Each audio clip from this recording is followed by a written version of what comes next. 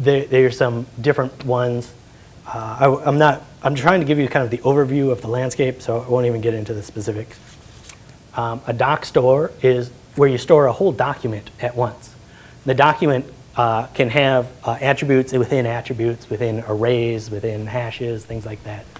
And the database understands this hierarchy. So you can build an index on customer dot city dot name, things like that.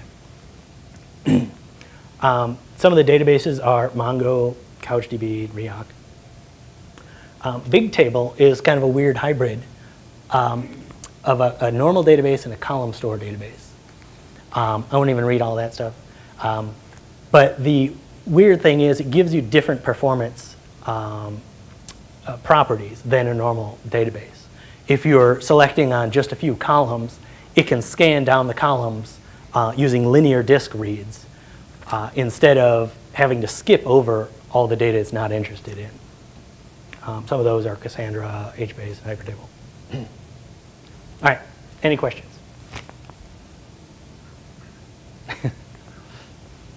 No questions? I went over a slide really quickly, but I was interested, I think it was the big table slide. Maybe it was after that one. There was something that you both showed, but it said it'll blow your mind out. CouchDB. Yeah. Like, pass that over. What's the CouchDB? It's a really interesting database. First of all, its model is master-master. So every database is a master. You could write to it. And their idea is you replicate between all of your masters all the time. So you have a database in New York and a database in LA. And if your WAN between them goes down, it's no big deal. It just means your replication, has to wait a few seconds. It also means that your sales guy or your nurse can download all the data, walk around, enter data, and come back. And when you have connectivity, upload those changes and download all the other changes. It also has a mode where you can actually run your application in CouchDB so that you can upload your application to CouchDB, and when people connect, they get your application while they're syncing their data. And that's a very interesting way to do things. Anyway. Dan, when you talked about the distributed way in which say a domain is split up, it's not normalized in multiple tables, but you might have completely discrete databases dealing with, say, patients or lab values, and that's one of the ways in which you get the hyper performance from these systems. And I can imagine, I can absolutely see how that would be very powerful for services which read from those areas. How does the system maintain the consistency between data when it's writing to those things? When you add a new patient who has multiple labs, the great advantage of a relational database is it maintains the internal consistencies across all these tables.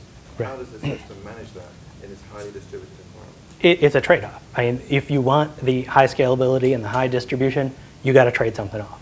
And usually it's not a problem that you can, that a patient gets deleted while somebody was adding their labs. I mean, how often does that really happen? You probably, would mark that patient as, no longer a patient, but you'd keep their patient ID around in case somebody, still was adding labs to that sort of thing. So, even though it seems when you're coming from this, everything is always consistent mindset, to be a little bit looser on the rules is kind of a weird thing, but it happens all the time.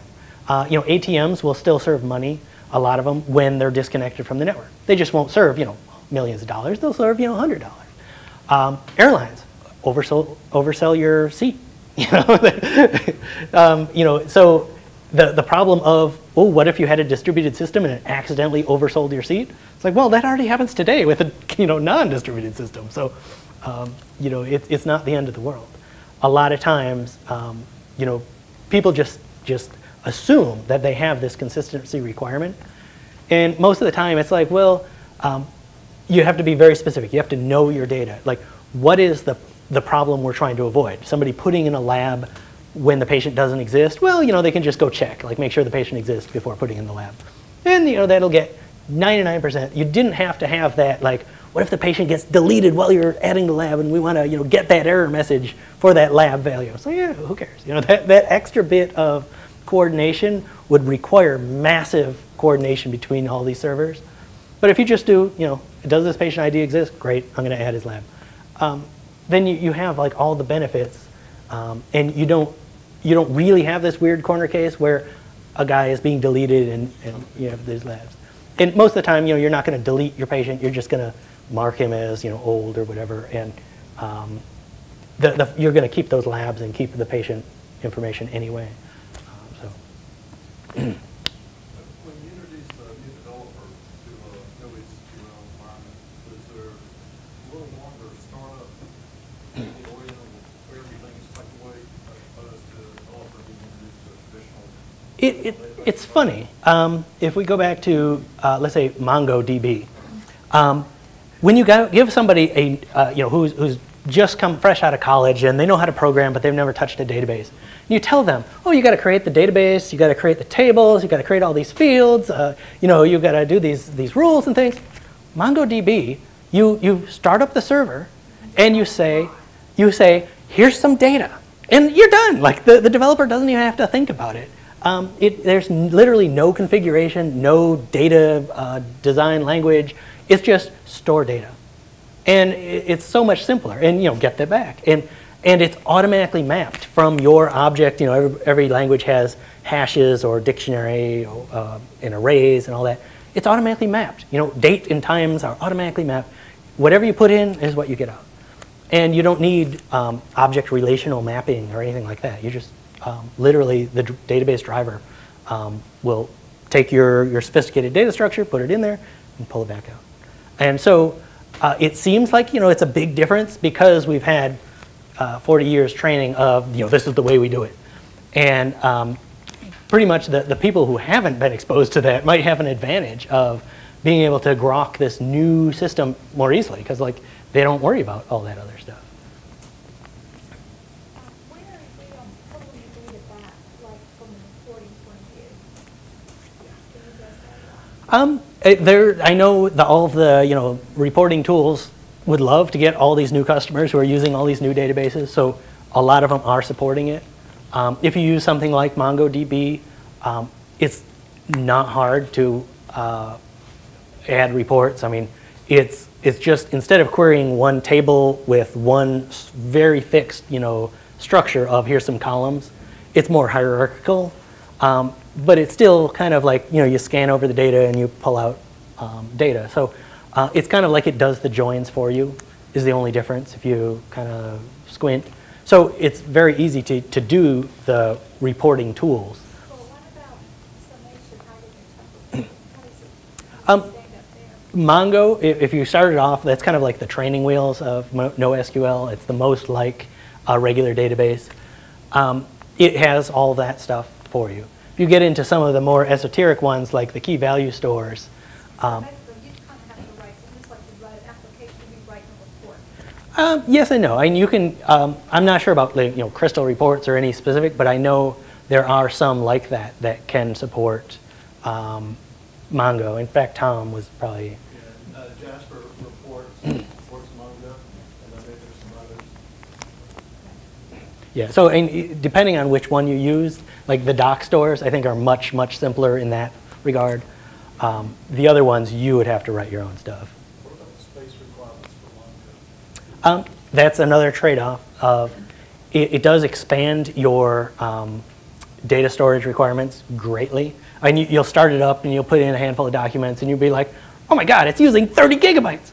And, but it's kind of like trying to spread everything out as much as it can. It's not really that bad. It's only like maybe 2 to 3 times more data than a normal SQL database. But it likes to spread out. So you do need a lot of disk space.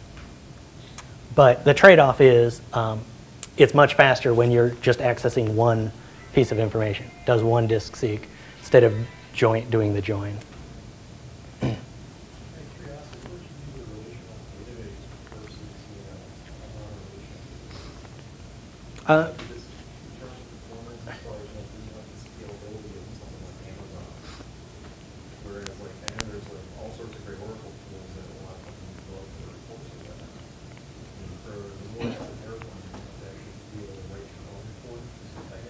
Well, as he said, there's starting to be support by third parties for all this stuff. So, it might be kind of a conservative thing that, like, I'm going to wait till my vendors have supported all my database.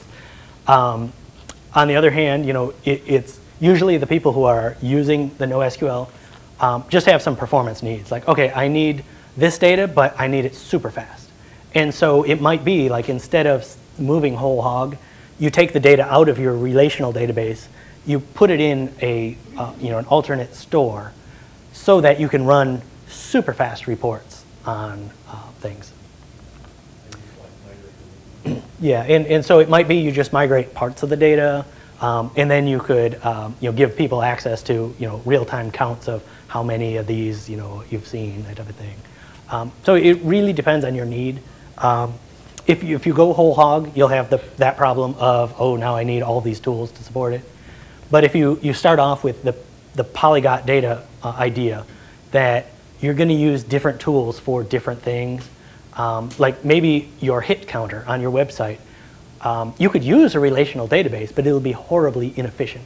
So you might want to use something like Redis or MongoDB, where when it increments your counter, it's literally a memory access, and it's done. There's no disk writes, there's no transactions, there's no synchronization like that. Any other questions? Well, I want to thank Dan very much indeed for a wonderfully innovative tool. Thank you. We have another 15-minute break, and after the break, Reaction Apps are going to talk to us about tablet-based computing in healthcare, which is of particular relevance to my group, because we're about to